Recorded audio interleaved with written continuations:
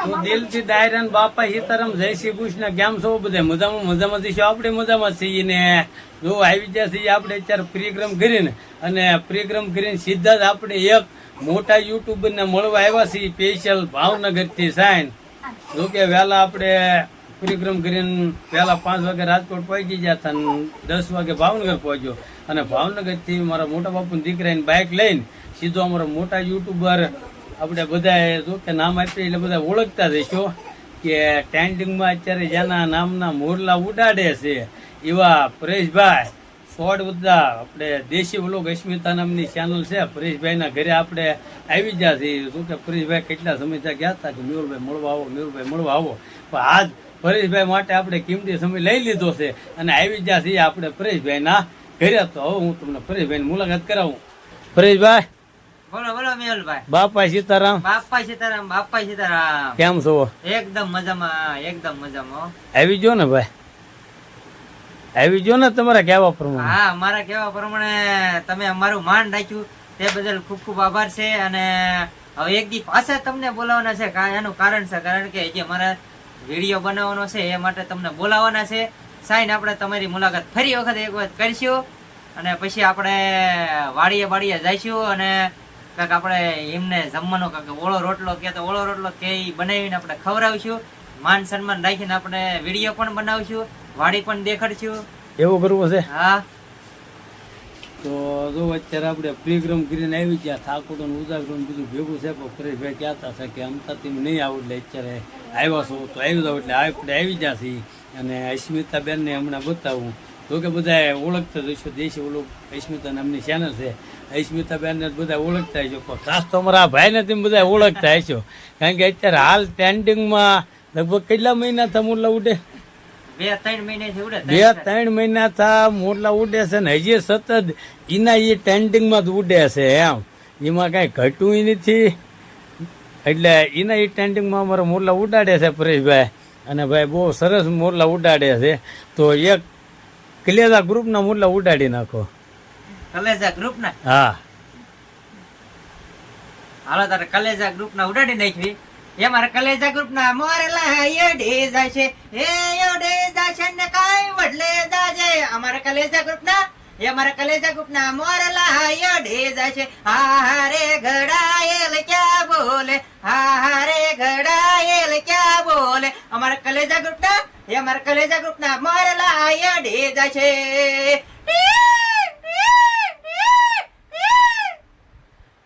કેમ? હા મોજ. હા પરેશભાઈ ની જો આવી રીતે લાઈવ માં મોરલા ઉડાડે છે અને ભાઈ બધા સબસ્ક્રાઈબરો ને અને ઓડિયન્સ ને આવી રીતે પરેશભાઈ મોજ કરાવે છે. જો કે મારે પરેશભાઈ ને તો જૂનો સંબંધ છે જ્યારથી યુટ્યુબ ની દુનિયામાં આવ્યા ત્યારથી, કે નહીં પરેશભાઈ? હા મેહુલભાઈ, તમે કહો એમ જ છે કારણ કે અમને તો કઈ ખબર નથી પડતી પણ આ અમારા ગુરુ છે એમને અમને માન સન્માન આપ્યું અને તમે એમને કીધું કે તમે લાઈક કરો પછી તમારો વોચ ટાઈમ પૂરો થાય. પછી મારે એક મોલ્લાનું ટ્રેન્ડિંગ, મને હું નવરાત્રી રમતો એટલે મને યાદ હતું કે આ મોલ્લાનું ગીત મારે ગાવું છે, કદાચ હાલી જાય તો હાલી જાય એમ. મેં મોલ્લાનું ગીત ગાયું અને ટ્રેન્ડિંગમાં હોઈ ગયું એટલે ફૂલ ટ્રેન્ડિંગમાં હોઈ ગયું. એટલે આ બધી મહેનત પરેશભાઈ તમારી છે કારણ કે જે વસ્તુ લાઈવમાં બધા રીતે મોજ કરતા જ હોય પણ લાઈવની અંદર જે ઓડિયન્સને અલગથી મોજ કરાવી છે એ કળા તમારામાં છે એટલે એ ફેમસ છો. એટલે જે કાંઈ છો ને એ બધું તમારે આપ મેળાયા છો. પણ સપોર્ટ ફૂલ તમારો છે. સપોર્ટ તો છે તે મારા કલેજા ગ્રુપનો અને ઓડિયન્સનો, આપણે સબસ્ક્રાઈબરોને તમારો ફૂલ સપોર્ટ છે. સબસ્ક્રાઈબર છે એટલે તમે છો હું છું. બરાબર છે. પણ તમારી મહેનત છે એમ, અને તમારી મહેનત જે હતી એ રંગ લાવી છે. અને હવે આપણે અસ્મિતાબેન ની મુલાકાત કરાવીએ. જો આ છે અમારા અસ્મિતાબેન. કેમ છો? બસ એકદમ મજામાં. આ છે અમારા ભાણુભાઈ. ભાણુભાઈ શરમાય છે અમારા. હા, કેમ છે અસ્મિતાબેન? બસ શાંતિ છે, તમે કયો?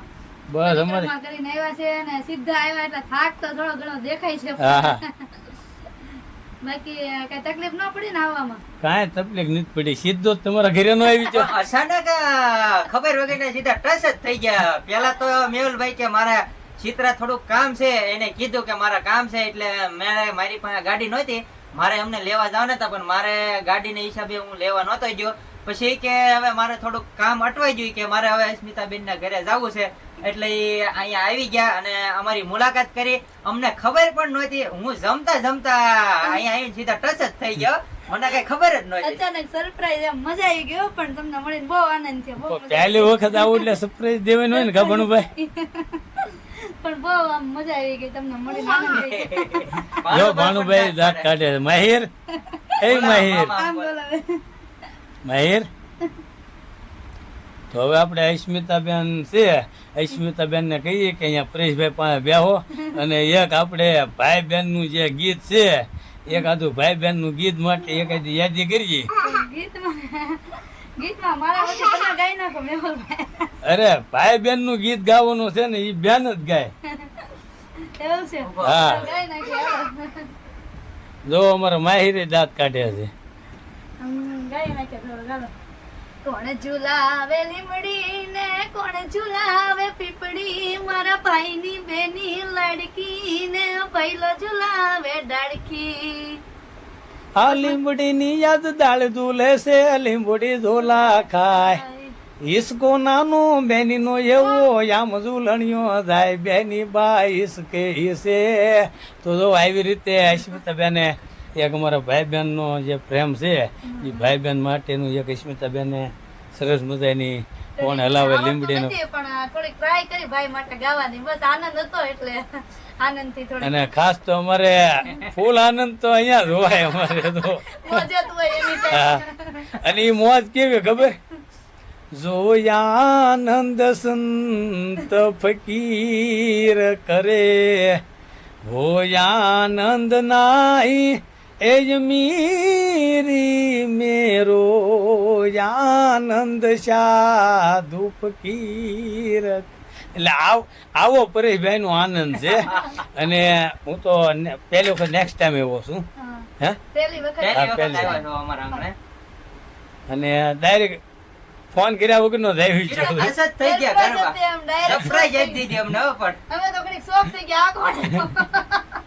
બે રોહડામાં ખાતા હતા ને એન્ટ્રી આપી દીધી. પાછું ચશ્મા ને એવું પહેર્યું તો ઓળખાણાય નહીં થોડીક વાર. બહુ તો મજા આવી ગઈ. જો આવી રીતે મિત્રો આપણે પરેશભાઈ ને અને અસ્મિતાબેન ના ઘરે હવાણ કરીએ છીએ.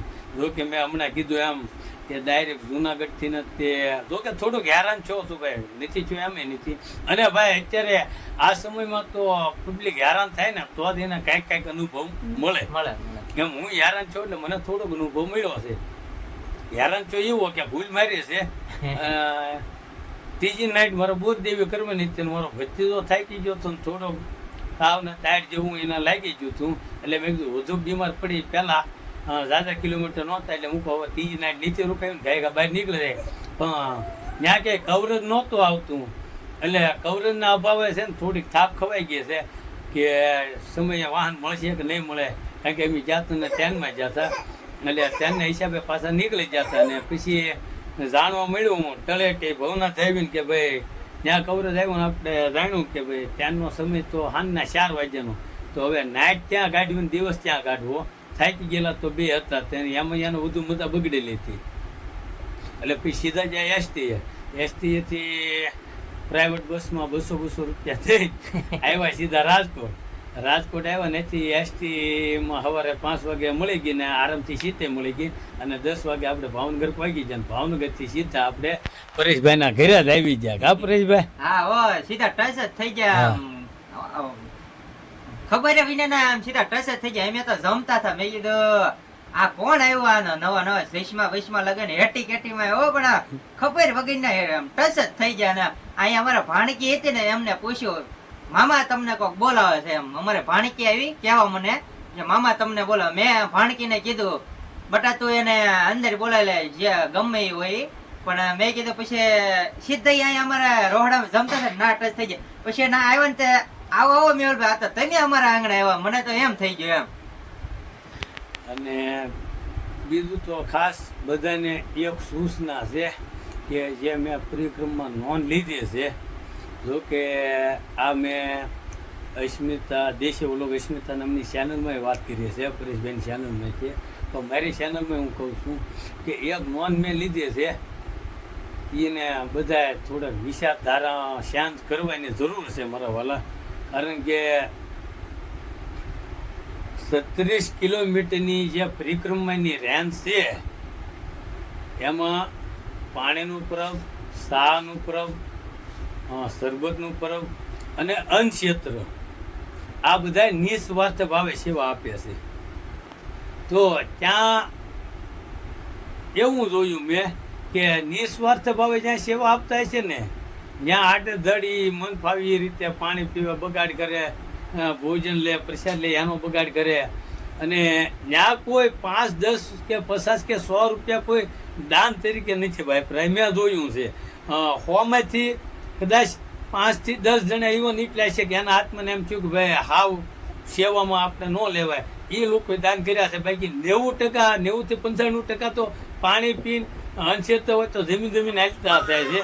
તો મારા વાલા ઈવડા એ બધાને મારે 2 હાથ જોડી વિનંતી છે કે પરિક્રમની અંદર મેં ખુદે જોયું કે નો પીવાય એવી સા પરિક્રમની અંદર બનતી હતી, પાવડરની ને આની તેની બધી અલગ અલગ. જો કે એ બધા એનો કોઈનો વિરોધ નથી કરતો, હું પહેલાં કહું છું કોઈનો વિરોધ નથી કરતો, પણ જે સત્ય હશે એ તમે અમે રજૂ કરું છું કે ભાઈ એ ધંધાની દ્રષ્ટિએ આવ્યા હતા 2-5 રૂપિયા કમાવા, એની બાળ બચ્ચા છે આપણે સમજીએ. એ જગ્યા પર આપણે હોય તો આપણે સમજવું પડે 2-5 રૂપિયા કમાવા માટે ધંધા. પણ મારો કહેવાનો મિનિંગ કે ત્યાં તમે 20 રૂપિયા ખર્ચીને 1 રકેબી 1 કપ ચા પીવો, બરોબર, એ સામાં કોઈ લેવાનું નહોતું. તો ત્યાં તમે મારા વાલા 20 રૂપિયા આપો. તો હવે જ્યાં ચાનું કાઉન્ટર સેવા આપે છે, જ્યાં પાણીનું પરબ છે સેવા આપે છે, જ્યાં અન્નક્ષેત્રનું કાઉન્ટર છે ત્યાં સેવા આપે છે, તો ત્યાં 5, 10, 20 રૂપિયા દાન કરો ને મારા વાલા. કારણ કે તમારું દાન છે ને પુણ્યનું ભાતું બાંધવાનું છે. હવે અમે તમે એક પાણીની બોટલ ભરો ત્યાં 20 રૂપિયા લેતા હતા, 1 ગ્લાસ પાણી પીવો ત્યાં 10 રૂપિયા લેતા હતા. ઈદ પાણી અહીંયા નિસ્વાર્થ ભાવે સેવામાં આપતા હતા. ઘણા એવા મંડળો હતા, ઘણા એવા આયોજકો હતા. તો ત્યાં બધા પાણી પીને બોટલો ભરીને એમને મજા જતા હતા. અને મેં તો ઘણા એવા દાખલા જોયા હતા કે ભાઈ કાયગા ભરી દે ને એમ.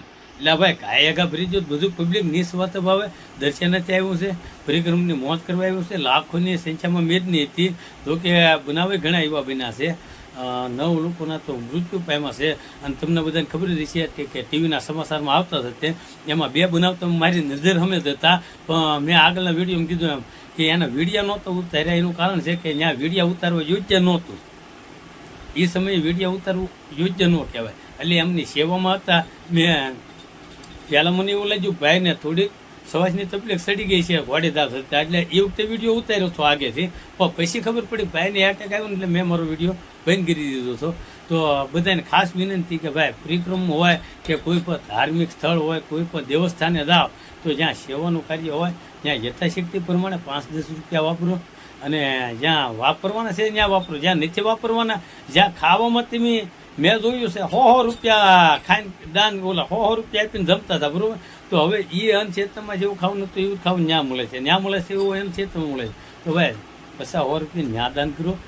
એટલે વધુ આપણે નથી કહેવું, આપણે વિડીયોને અહીંયા યાદ આપવો છે. એટલે એક ખાસ નોંધ લેજો એટલું કહીશ. અને જો વિડીયો તમને મારો ગમ્યો તો મારા video like, share, subscribe, comment કરતા રહેજો. મળશું આપણે નવા વિડીયો. ત્યાં સુધી બધાને દિલથી બાપા સીતારામ.